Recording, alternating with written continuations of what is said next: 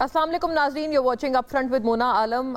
بین الاقوامی طرز پر بہت اہم اور سنگین معاملہ ایران اسرائیل تنازع جو کہ شروع ہوا اور پھر باقاعدہ یہ اس کا آغاز 1 اپریل سے ہوا، لیکن ایران نے اس کا جواب دیا جب ایران کی جو ایمبیسی ہے اس کو دمشق میں ٹارگٹ کیا گیا اسرائیل کی طرف سے، اور اس کے بعد کل ناظرین ہم نے اس کا باضابطہ جو ہے وہ جواب دیکھا، بلکہ پرسوں۔ لیکن ناظرین اس میں اہم بات کرنے والی یہ ہے کہ یہ تمام باتیں اب کس طرف جائیں گی، اس کے بین الاقوامی کیا اثرات ہوں گے، کیا محرکات ہوں گے۔ اس وجہ سے بھی یہ معاملہ زیادہ انٹینسیفائی ہو گیا کیونکہ اسرائیل میں کی جو غزہ پہ ہونے والی بربریت ہے وہ جاری و ساری ہے ڈسپائٹ دیز مینی منتھس۔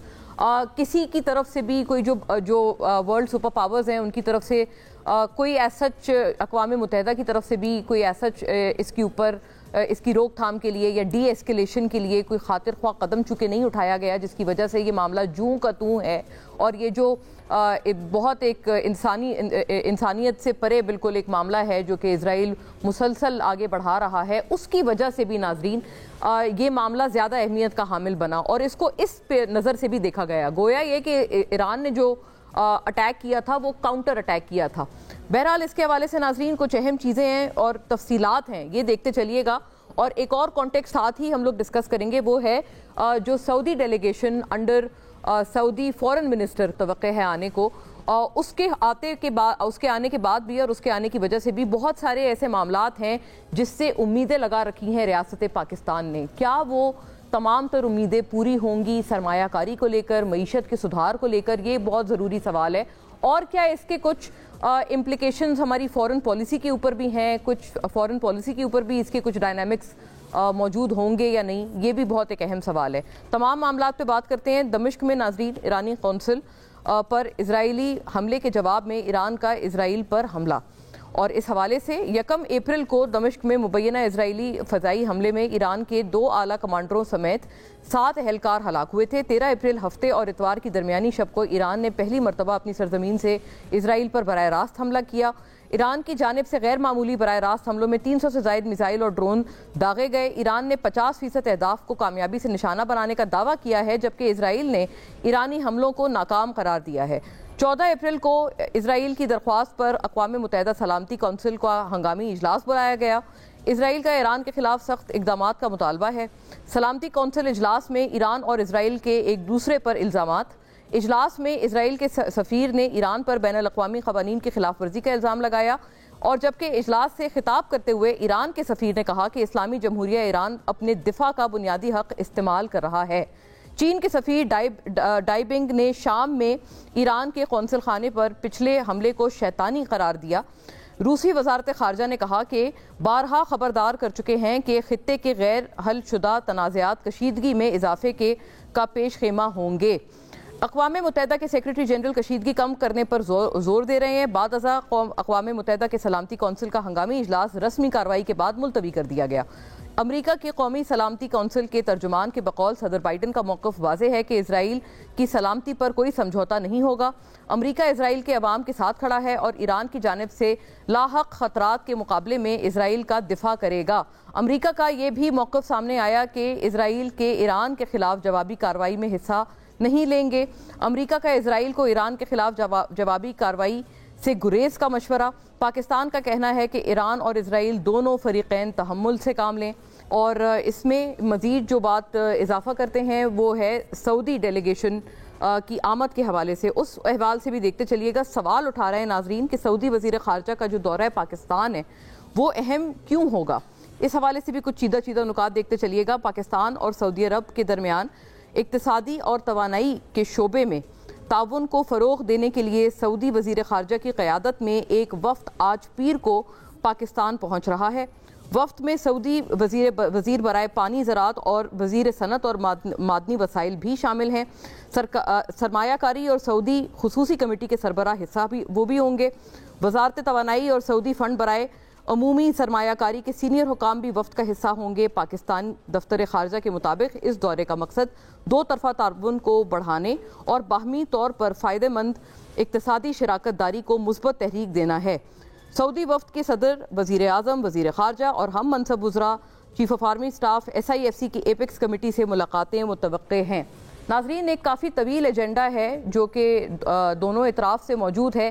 کتنا کچھ مٹیریلائز ہوگا کیونکہ پاکستان اس میں بہت کچھ ایکسپیکٹ کر رہا ہے اور خاص طور پر معاشی امور میں مچ نیڈڈ ایک بریدر ایکسپیکٹ کر رہا ہے. کیا پاکستان کو وہ بریدر ملے گا؟ ان دونوں معاملات پہ بات کرنے کے لیے ہمیں جو اس وقت بہت ایک اہم آواز نے جوائن کیا ہے, میں فوری طور پہ ان کا تعارف کرانا چاہتی ہوں. I am here joined by جناب خورشید قصوری صاحب, سابق وزیر خارجہ ہیں. آپ پاکستان کے اور تمام معاملات پہ ایک بہت کین ظاہر نظر رکھتے ہیں. ڈپلومیٹک احوال سے آپ کی رائے ہمیشہ سے بہت قداور اور بہت اہمیت کی حامل رہی ہے. Very warm welcome sir. Being kind, یہ بہت ضروری معاملہ اسرائیل اور ایران کا تنازع ہے, اور ایران نے کہا کہ انہوں نے اپنی حق دفاع استعمال کرتے ہوئے یہ تمام چیزیں کی ہیں.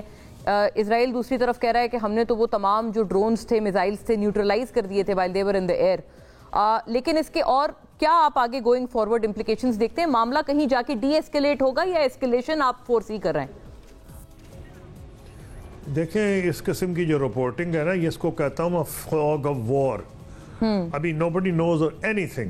یہ کہا جائے جارڈن نے جہاز استعمال کیے, جارڈن نے گرا دیا, ایک کل اور خبر کو آ جائے گی فیک نیوز میں فلانا عرب ملک بھی شامل تھا. یہ فوگ آف وار ہوتی ہے. یہ مختلف قسم کے نعرے ہیں.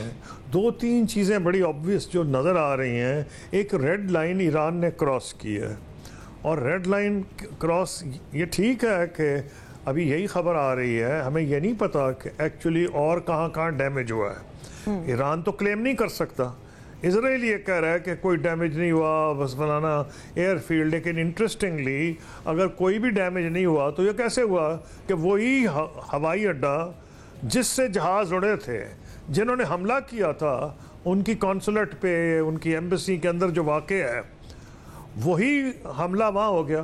یعنی اگر اتنا ہی ناکارہ قسم کا ان کا حملہ تھا ایران کا, مان گیا کہ میں American technology, Europe western technology and western funding اتنی زیادہ ہے کہ انہوں نے ایک آئرن ڈوم بنایا ہوا ہے, لیکن وہ خود کنسیڈ کر رہے ہیں کہ جی ہمارا تو کوئی لاس نہیں ہے, کوئی بیڈوین بچی انجر ہو گئی ہے, لیکن ساتھ یہ دکھایا جا رہا ہے کہ وہ جگہ جس جہاز ایئرپورٹ سے جہاز اڑا تھا وہی اٹیک ہو گیا. اگر اس پہ ان کا حملہ تھا ہو گیا تو ہمیں کیسے پتا کہ اور کہاں کہاں گڑے پڑے ہوئے ہیں؟ تو ہمیں تو کچھ نہیں پتا. یہ فوگ آف وار ہے. اس لیے ڈیٹیلز میں جانا کہ جی کس کس نے ساتھ دیا, کیا جارڈن نے ان کی مدد کی جو اخباروں میں لیک آؤٹ کیا جا رہا ہے, مجھے کیا پتا لیک آؤٹ کی یا نہیں کی. سچ جھوٹ سب چلتا ہے جنگوں میں. اب ہو سکتا ہے کہ جارڈن میں ان کے اپنے بندے بیٹھے ہوں, امریکن الائز, امریکہ کے ٹروپس, ویسٹ کے ٹروپس, جنہوں نے ان کی اپنی میزائل بیٹریز ہو جنہوں نے لا کے رکھ دیا ہے. اب دیکھیں کیونکہ west, Jordan definitely is an ally of the west and it counts on their support for two reasons. ایک تو اس کو اسرائیل سے بھی خطرہ ہے, اور اس کو ایرانی جو ریولوشنری جو وہاں کا سینٹیمنٹ ہے وہ بھی ان کو تو بادشاہت ہے, ان کو تو نہیں سوٹ کرتا. اس لیے یہ جو چیزیں گراؤنڈ پہ کلیئر ہیں وہ کیا ہے, حملہ ہوا انپریسیڈنٹڈ 3000 پروجیکٹائلز, چاہے وہ میزائلز تھے چاہے وہ ڈرونز تھے. ایک چیز اور کلیئر ہوگی, بھائی ڈرون تو کئی گھنٹے میں پہنچتا ہے, اس کی تو سپیڈ اتنی سلو ہے. پھر انہوں نے کہ فورن منسٹر نے کہا ہے کہ ہم نے تو ان کو امریکہ کو 2 دن پہلے بتا دیا تھا. تو یعنی پرائر وارننگ بھی تھی. امریکن تیار تھے, اسرائیلی تیار تھے, کہ کیونکہ ایران نے بتا دیا تھا کہ ہم حملہ کریں گے. اس کا مقصد کیا ہے؟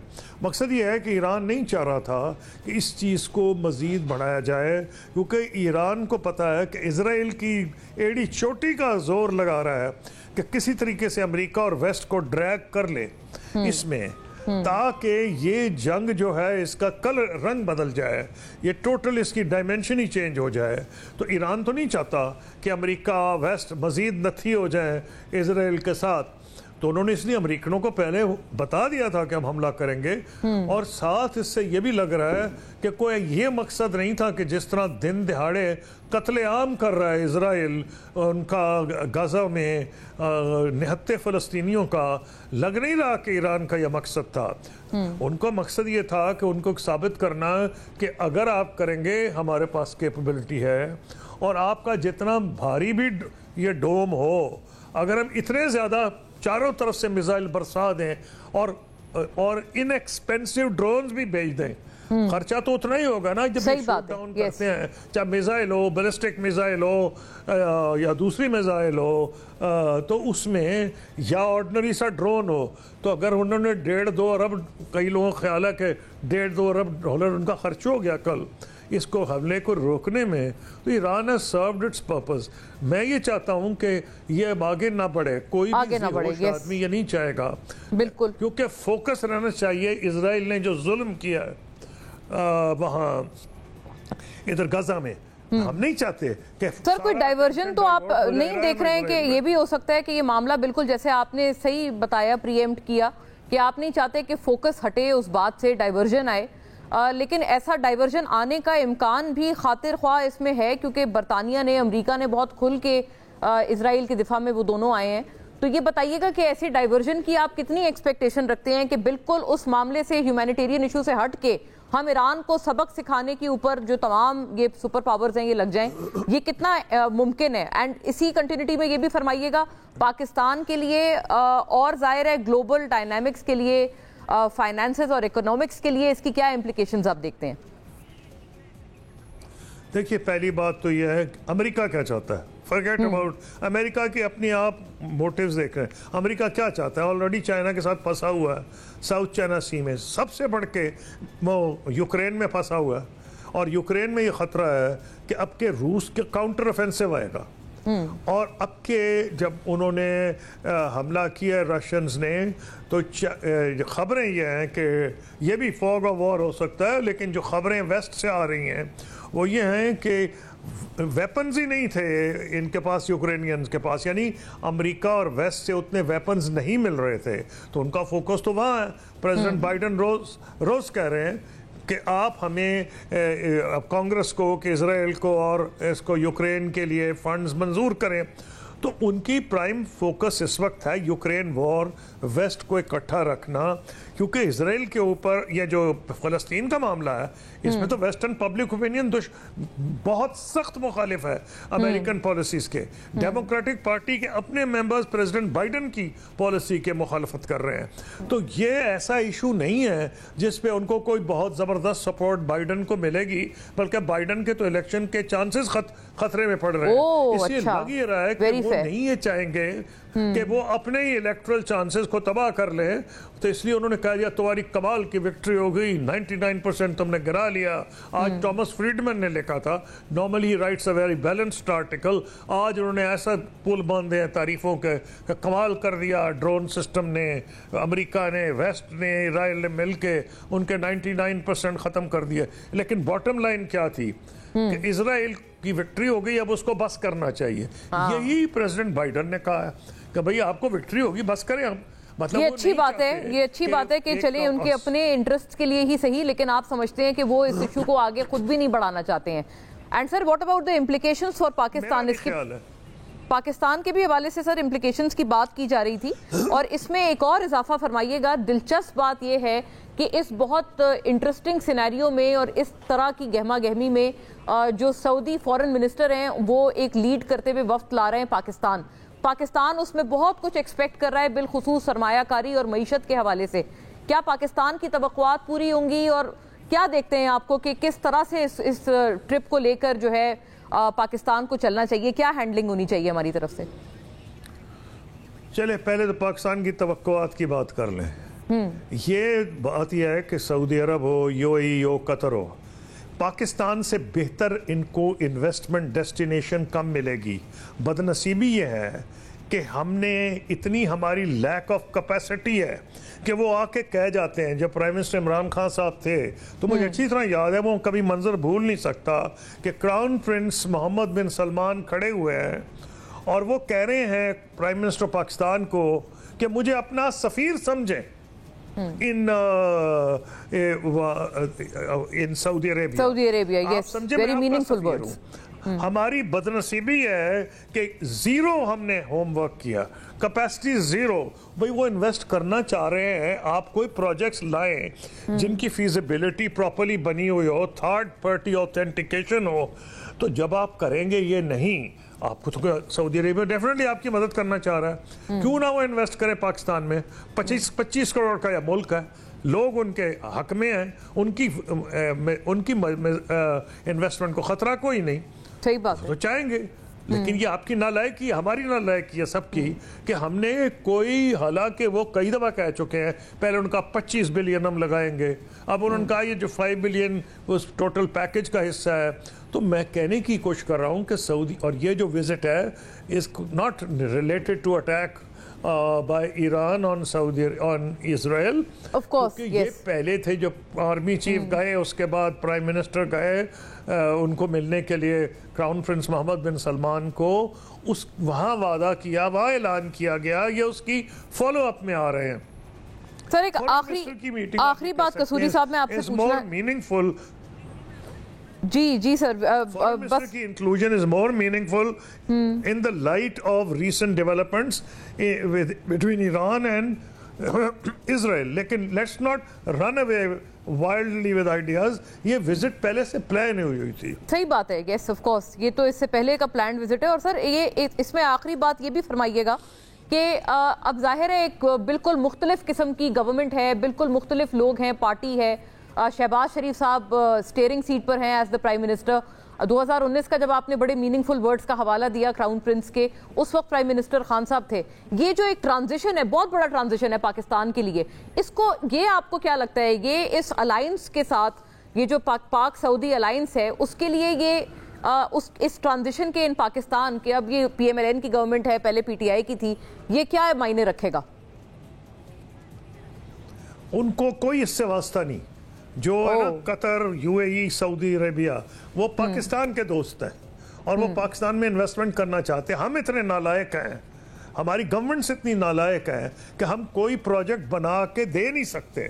اب یہ کیونکہ ایس آئی ایف سی بنا ہے اور کہا یہ جا رہا ہے کہ 1 ونڈو آپریشن ہوگا, اور لینڈ کے حساب سے ایس آئی ایمس یعنی کہ جو مینجمنٹ سسٹم بن گیا جس میں پاکستان کہہ رہا ہے کہ ایگریکلچر میں آ کے انویسٹ کریں. تو یہ جو مختلف قسم کی نئی, یہ جو S I F C in particular, اگر یہ ان کو ایشورنس دے دیتی ہے, میرا خیال ہے اس کا مقصد ہی ہے, اور شاید جو انہوں نے 5 بلین وعدہ کیا ہے کہ فاسٹ ٹریک ہوگی انویسٹمنٹ, خدا کرے ہو جائے, اسی کی وجہ سے کیا ہے. چاہے وہ پروجیکٹس ہوں, کہ چاہے وہ منرلز میں ہوں, چاہے وہ ریفائنری میں ہوں, چاہے وہ defence collaboration, I don't know where areas جو ہیں, آئی ٹی میں ہوں, ایگریکلچر میں, یہ ساری چیزیں ہیں جو ہو سکتے ہیں, کیونکہ اس کے لیے کچھ کام کیا گیا ہوگا. اور ایس آئی ایف سی ایک ایسی ونڈو ہے جس میں تمام چیف منسٹرز بیٹھے ہوتے ہیں, پرائم منسٹر ہوتے ہیں, اور اس میں آرمی چیف بیٹھے ہوتے ہیں, یعنی کہ ٹوٹل اس کی بیکنگ ہے.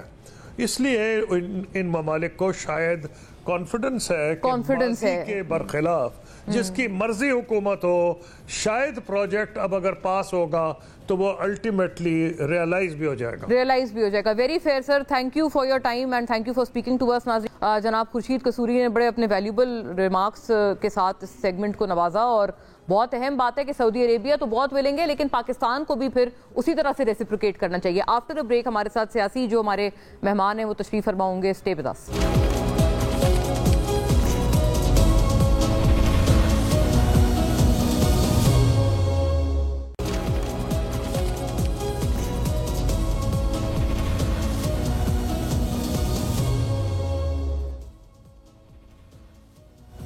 ویلکم بیک ناظرین.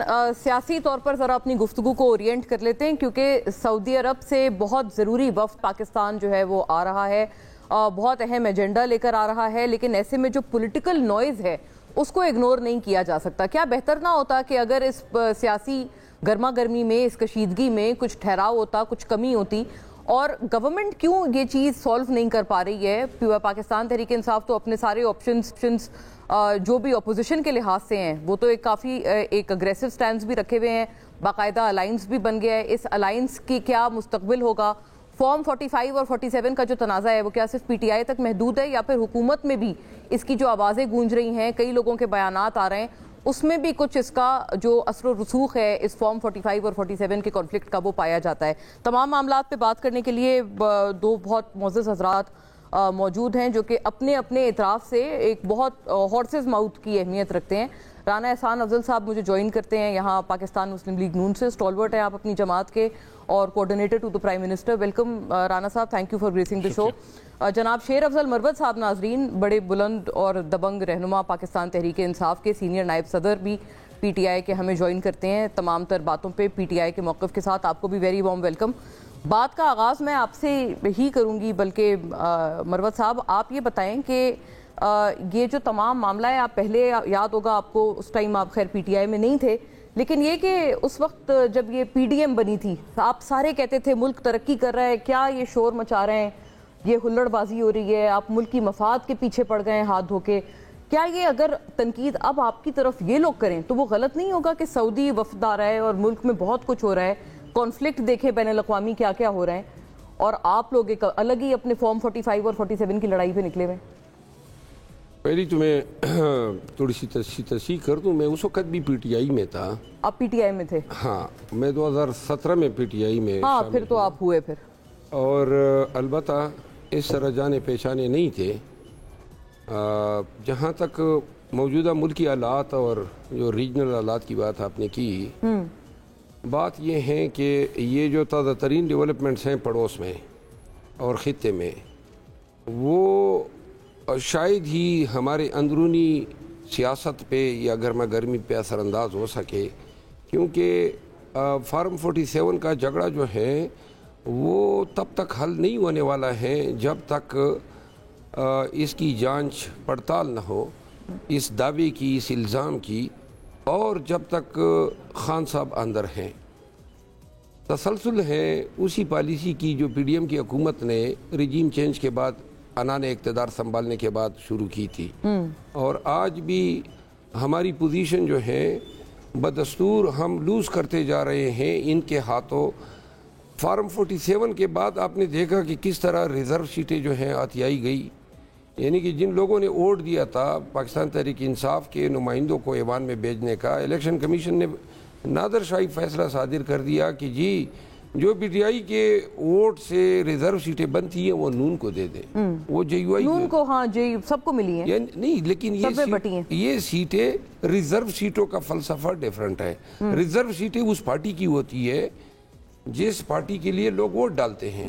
اب بے شک آپ ہم سے پریکٹیکلی آپ ہم سے پی ٹی آئی کی شناخت چھین لیں, لیکن تھیوریٹیکلی ہم پھر بھی ایوان میں ایگزسٹ تو کرتے ہیں ایک انٹیٹی کے طور پہ.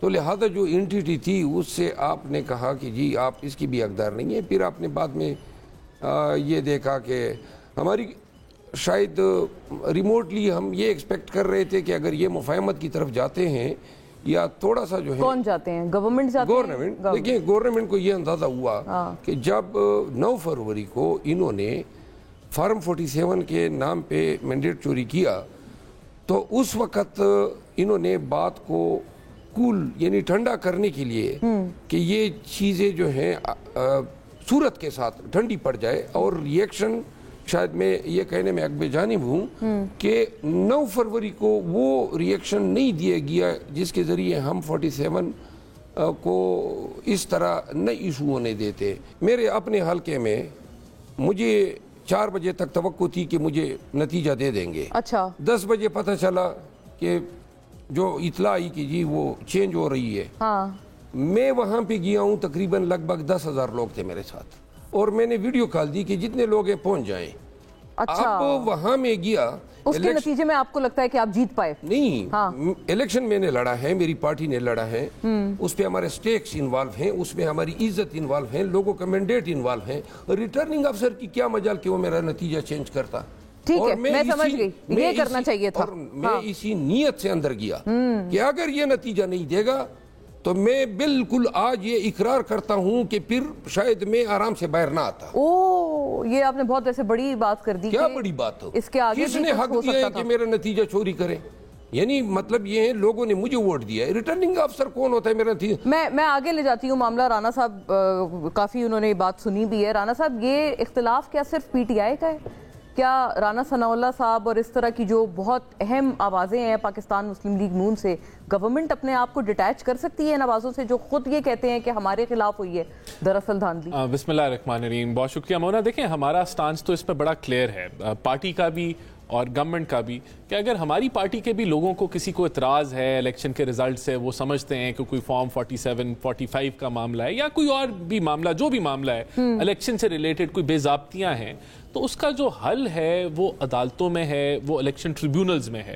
چاہے وہ ہماری جماعت سے لوگ ہوں، چاہے رانا صاحب ہوں، جاوید لطیف صاحب ہوں، یا وہ پی ٹی آئی سے ہو یا کسی اور جماعت سے. کئی ساری ایسی تو اس کا دیکھیں بات یہ کہ جو بھی یہ آوازیں ہیں، ان کے جتنے بھی ان کے مسائل ہیں یا یہ کلیم کر رہے ہیں وہ سچے ہیں جھوٹے ہیں وہ ایک طرف، لیکن جو بھی ان کی جو باتیں ہیں ان کا جو سلوشن ہے وہ جو آئینی طور پہ آزاد ادارے ہیں، جس طرح آپ کا الیکشن ٹریبیونلز ہو گئے یا عدالتیں ہو گئے، وہاں سے نکلنا ہے، ہماری طرف سے نہیں نکلنا.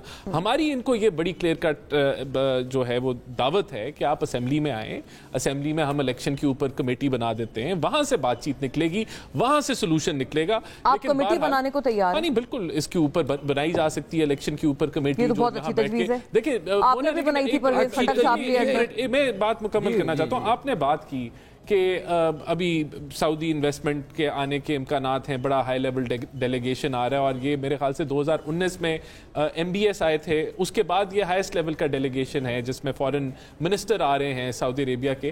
لیکن اگر آپ تاریخ نکال کے دیکھیں، جب بھی پاکستان کسی بہتری کی طرف جا رہا ہوتا ہے تو جو جماعت پی ٹی آئی کا جو ایک طرز کہہ لیں اپوزیشن رہا ہے، چاہے وہ چائنیز پریزیڈنٹ آ رہا تھا تو انہوں نے وہ دھرنوں سے ڈیلے کر دیا اور بڑا ہر دفعہ اڑی کرتے ہیں اور بڑا نقصان ہوا پاکستان کی معیشت کو. پھر جب آئی ایم ایف کا معاہدہ ہونے جا رہا ہوتا ہے تو یہ خط لکھ دیتے ہیں، پھر آڈیو کال آ جاتی ہے کہ کس طریقے سے پلاننگ ہو رہی تھی. ابھی دوبارہ ہم آئی ایم ایف کے پاس جا رہے تھے، پھر خط لکھا، پھر جی ایس پی پلس اسٹیٹس کو جو ہے وہ انہوں نے خراب کرنے کی کوشش کی ان کی سوشل میڈیا نے، پھر انہوں نے وہاں وہ دھرنا دیا آئی ایم ایف کا. سوشل میڈیا سے تو مروت صاحب خود بڑے تنگ ہیں. نہیں، لیکن پھر آج دیکھیں، آج دوبارہ آ رہی ہے تو دوبارہ وہ موومنٹ. تو میرے خیال سے اگر آپ ان کی تاریخ نکال کے دیکھیں، پاکستان کو جب بھی کوئی معاشی استحکام کی طرف بڑھاوا کی طرف بڑھ رہے ہوتے ہیں تو یہ جو ہیں وہ اینکر کر کے روک رہے ہوتے ہیں کہ کہیں اس ملک میں جو ہے معاشی استحکام نہ آ جائے یا پولیٹیکل. اچھا، آپ کی بات سے میں نے ایک ٹیک اوے یہ اٹھایا ہے رانا صاحب کہ آپ کہہ رہے ہیں کہ جو بھی جس کی شکایات ہیں آپ کی پارٹی سے بھی، خواہ وہ جاوید لطیف ہوں یا رانا ثناء اللہ صاحب ہوں، وہ ٹرائیبیونلز جائیں اور اپنا جو بھی ایک فورم ہے وہاں ایویڈنس لے کے جائیں. سو آر یو سیئنگ کہ پی ایم ایل این کے جو پریزیڈنٹ ہیں پنجاب کے، ان کی رائے آپ کی پارٹی کی رائے نہیں ہے، ان کی انفرادی رائے ہے؟ وہ تو کیونکہ محسن نقوی صاحب اور کئی لوگوں کے حوالے سے وہ اس طرح کا تبادلہ خیال کر چکے ہیں. دیکھیں پارٹی کی رائے تو بڑی کلیئر ہے نا. پارٹی نے تو پارٹی کی قیادت میں جس میں میاں نواز شریف ہیں، شہباز شریف ہیں اور دیگر ہمارے لیڈر ہیں، انہوں نے تو حکومت فارم کی، وفاق میں بھی کی، کولیشن سیٹ اپ میں اور پنجاب میں بھی کی. تو وہ ان کی انڈیویجول رائے ہے، وہ نہ پارٹی کا موقف ہے نہ وہ جو ہے گورنمنٹ کا موقف ہے. اس میں میرے خیال سے کوئی کنفیوژن نہیں ہونی چاہیے. اچھا ٹھیک ہے، بڑی کھل کے بات کی انہوں نے. بات کی ہے نا، یہ جی آئیں پارلیمان میں کمیٹی بنا دیتے ہیں.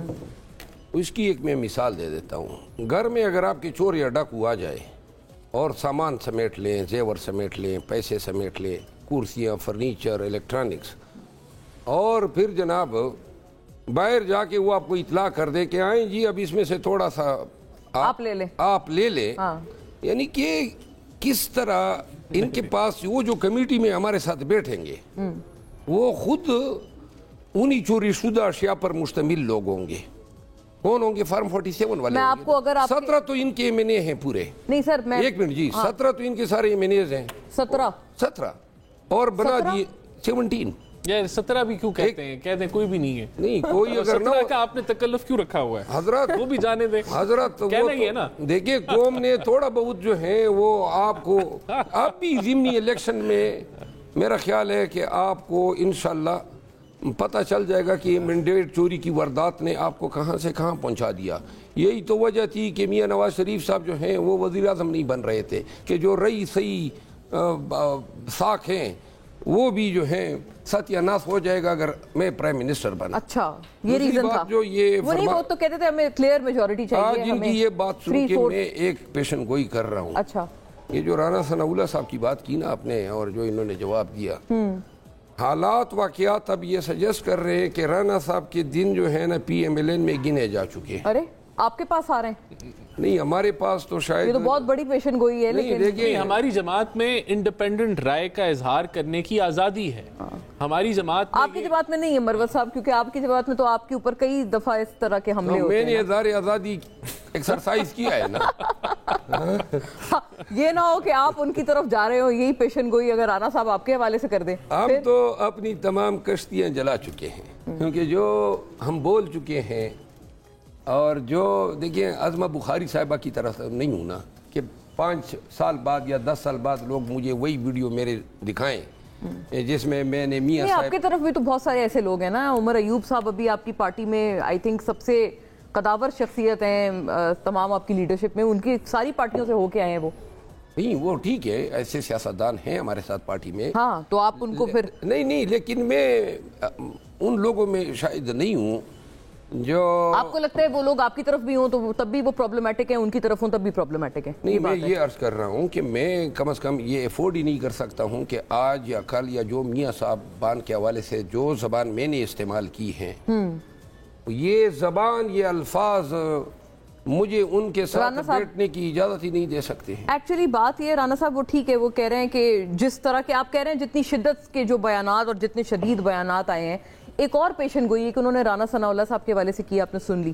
ایک انہوں نے آف دا ریکارڈ بھی کی تھی, انہوں نے کہا تھا کہ یہ بھی ہو سکتا ہے, ہی ول بیئر ود می, کہ جون تک آپ خود ہی بولیں کہ بھائی ہمیں معاف کریں, ہمیں جانے دیں, کسی اور کو آنے دیں جس کا لیکن معاف نہیں کریں گے. دیکھیں معاف نہیں کریں گے. آپ نہیں کریں گے, کون نہیں کرے گا؟ دیکھیں جو انہوں نے ڈاکہ ڈالا ہے نا, وہ انہوں نے پاکستانیوں سے ان کی آزادی طلب کی ہے.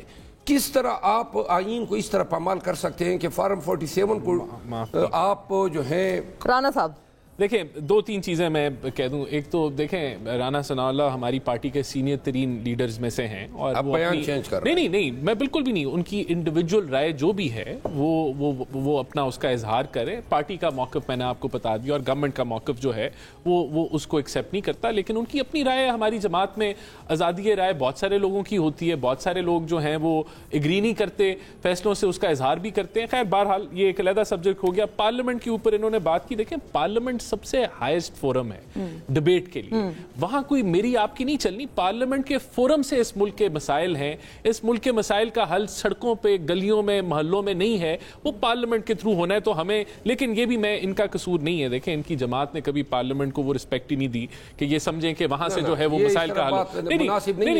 دیکھیں میں آپ کی جماعت میں اب عرض کروں, یہ کہتے ہیں نا پارلیمنٹ سپریم ہے, تو سپریم کا یہ جواب دے دے ہم خان صاحب سے ملاقات کے لیے جاتے ہیں, میں ممبر آف دا پارلیمنٹ ہوں, وہاں 1.5 کلومیٹر آگے گدا گاڑی جا سکتی ہے, ممبر آف دا پارلیمنٹ نہیں جا سکتا. انہوں نے کیا دوسرا, انہوں نے ایک اور بات, پارلیمنٹ کے دروازے انہوں نے ہم پہ بند کیے, ایک اور بات کی کہ ہمیں معافی نہیں دیں گے. دیکھیں بات یہ, ہم نے کیا کیا, ہم تو خود الیکشن کے اندر فریق تھے. سن لینا, یہ بات درست ہے, ان کی بات آ جائے. اور نواز شریف صاحب کے حوالے سے بھی مروت صاحب نے ایک اہم بات کی, ای سی پی نے دیا, وہ اب اس کا حل عدالتوں میں ہے. میں پھر ریپیٹ کر رہا ہوں, معافی بالکل نہیں ملنی چاہیے ان لوگوں کی جنہوں نے 9 مئی کی پلاننگ کی, جنہوں نے اس کے اندر ابیٹمنٹ کی, اس کی ایگزیکیوشن کی, اور اس کی پلاننگ میں رہے. اور یہ افسوسناک بات ہے کہ اب تک ان لوگوں کو سزائیں نہیں ملی, کیونکہ اس ملک کے اندر کوئی وہ جو ہے یہ فیصلے ہی نہیں ہوتے کہ ملٹری کورٹ ہوگا نہیں ہوگا. اور یہ جو عدالتی رانا صاحب دوسری طرف والے لوگ کہتے ہیں کہ ہمارے خلاف ثابت ہی نہیں ہو پایا. 9 مئی کی جب یہ تفتیش ہوگی تو میاں شہباز شریف صاحب سب سے پہلے جیل میں ہوگا. یہ کیا بات ہوئی؟ 9 مئی کا بینیفیشری یہ لوگ ہیں, مستفید کون ہوئے ہیں. 9 مئی کو آپ نکال دیں, ایک منٹ, پاکستان کی تاریخ سے آپ 9 مئی مائنس کر دیں, ان کے پاس کیا جواز رہتا ہے. ناظرین اس پوائنٹ پہ ایک بریک لیتے ہیں, stay with us, we'll be back.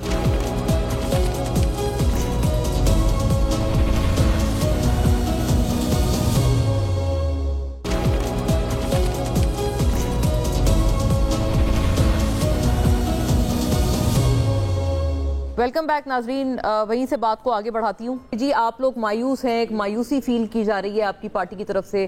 میاں صاحب واقعتاً بالکل خاموش ہیں, اور